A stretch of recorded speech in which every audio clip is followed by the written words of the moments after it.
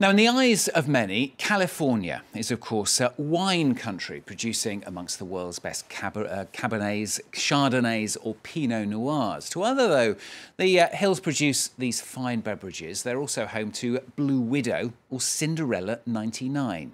Talking now, not about wine, but about cannabis. Now, in 2016 alone, the cannabis business represented more than $2 billion in California, and the state produces around half of all the cannabis sold throughout the country. So after the severe fires that hit the region, how has production been affected? Well, France 24's Gallagher Fenwick reports.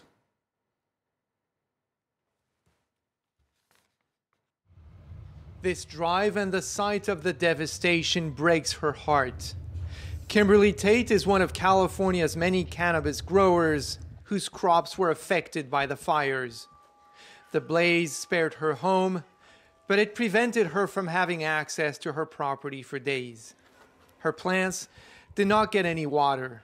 The ash that fell from the sky has covered some of their leaves. Kimberly fears she has lost the cannabis whose medicinal properties she lauds. That's a lot of what I want to do, is get some strains that are high in that so that we can treat people with PTSD, which will be a lot of those after this fire. People up here, but I was thinking more like veterans, you know, but now I'll have neighbors who need it.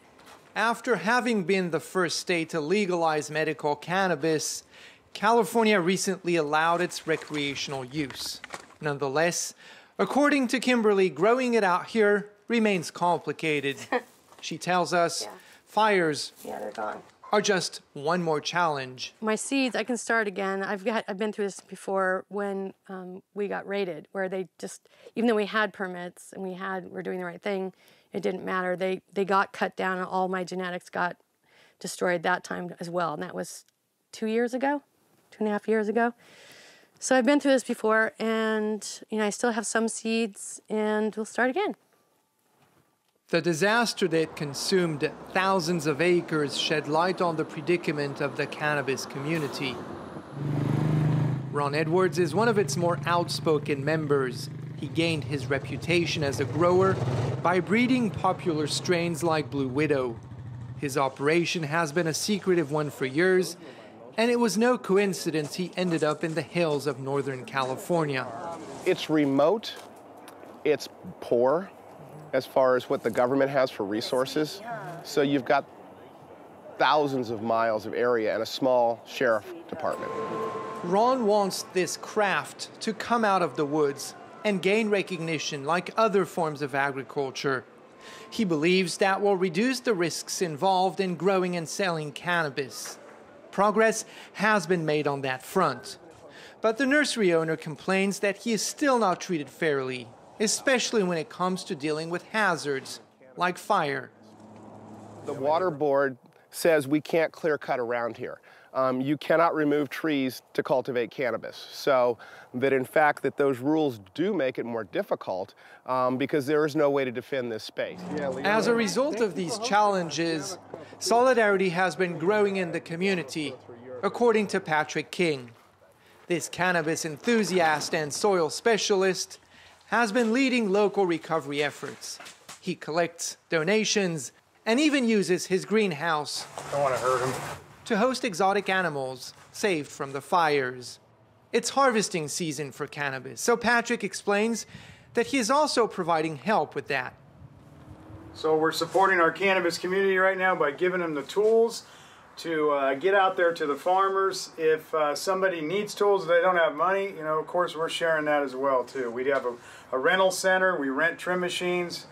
We have labor that can help you with all of your harvesting right now if you're in need. Solidarity and flexibility make a big difference these days for growers like Kimberly. Aren't they adorable? Goats. Micah. It's going good. Oh, no worries, we're at the fairgrounds. Do you still want to meet up?